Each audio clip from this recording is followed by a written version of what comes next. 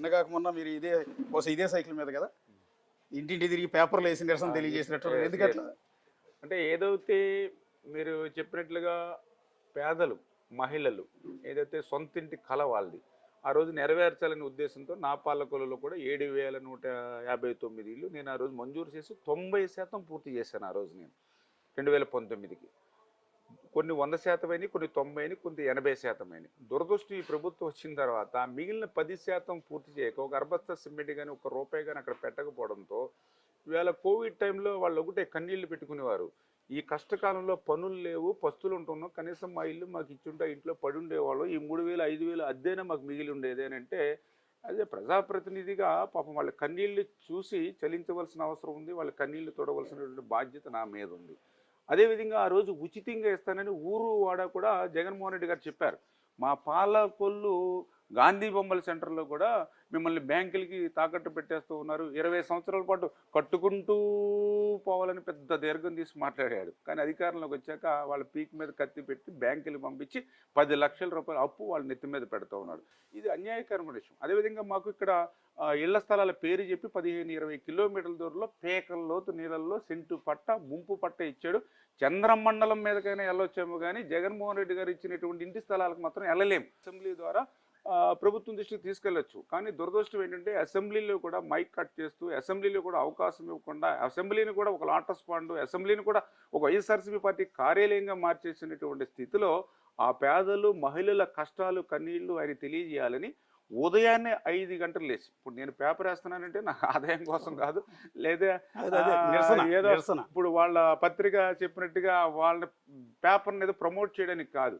ఉదయం 5 గంటలకి ఒక ఎమ్మెల్యే లేచి ఇంటింటికి కూడా సైకిల్ మీద తిరుగుతూ పేపర్ వేస్తూ ఉన్నారంటే తాడేపల్లి రాజప్రసాదంలో పడుకున్నటువంటి జగన్మోహన్ రెడ్డి గారిని నిద్ర లేపాలి.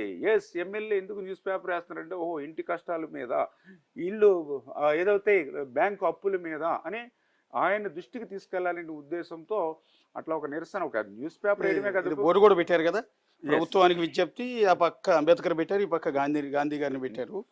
రంగులు కాదు మిగిలిన 10% పూర్తి చేయాలి అంటే టిడ్కో ఇళ్ళు.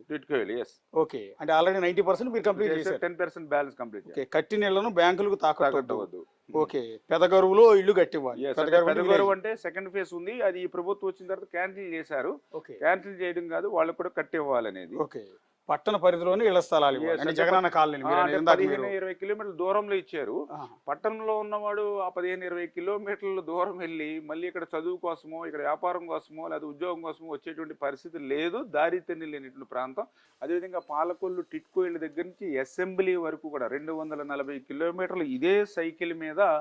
మరి అసెంబ్లీకి కూడా వెళ్ళా. ఏంటంటే ఒక ఎమ్మెల్యే అసెంబ్లీకి సైకిల్ మీద ఎందుకు వస్తూ ఉన్నాడని అంటే ఇదిగో ఈ టిట్కో ఇళ్ళ సమస్య ఉంది అనేటువంటి ఉద్దేశం. మొండు టెండర్లో ఆ రోజు వెళ్ళినటువంటి పరిస్థితి అసెంబ్లీకి. అంటే అదేవిధంగా మొన్న కూడా మేము నవంబర్ 15 పాలకొల్లు చూడని చెప్పి టిట్కో ఇళ్ళ పక్షాన పెద్ద ఎత్తున ఉద్యమం కూడా చేసాం. ఉచితంగా అన్నమాట ప్రకారం ఇస్తే కనీసం వాళ్ళు అప్పు లేకుండా ఇవ్వగలుగుతారు. ఖచ్చితంగా ఈ ప్రభుత్వం మీద మీరు అన్నట్టు నేను ప్రతిపక్ష ఎమ్మెల్యేగా ఉన్నప్పుడు పోరాడుతూ ఉన్నాం. ఏదైతే రేపు రాబోయేటువంటి ప్రభుత్వం ప్రజాప్రభుత్వం వస్తుంది, మా ప్రభుత్వం వస్తుంది, ఖచ్చితంగా వచ్చిన వెంటనే ఏదైతే మన చంద్రబాబు నాయుడు గారితో కూడా చాలా క్లియర్గా మొన్న ఆచంట్లో జరిగినటువంటి రా కదిలరా సభలో కానీ, మొన్న మండపేటలో జరిగినటువంటి రా కదిలరా సభలో కూడా చాలా స్పష్టంగా మళ్ళీ కూడా చెప్పడం జరిగింది. ఆయన ఆ మిగిలిన 10% పూర్తి చేసి వచ్చిన వెంటనే వాళ్ళకి ఇల్లు ఇస్తాము, ఆఖరి ఇంటివాడు ఆఖరి ఇంటిలోకి వెళ్ళేంత వరకు కూడా వాళ్ళకి అండగా ఉంటామని చెప్పేసి మీ ద్వారా కూడా ఆ టిట్కో వాళ్ళందరూ కూడా తెలియజేస్తూ ఉన్నారు. బేసిక్గా మీరు అన్నారు కాబట్టి అడుగుతున్నాను, ఈసారి ఖచ్చితంగా తెలుగుదేశం ప్రభుత్వం వస్తుందన్న కాన్ఫిడెన్స్ ఉందా మీలో? 100% రావడంలో కూడా అట్లా ఇట్లా కాదు. 175కి 160 సీట్లు తెలుగుదేశం జనసేన కూటమి గెలుచుకోపోతుంది రేపటి ఎన్నికలు.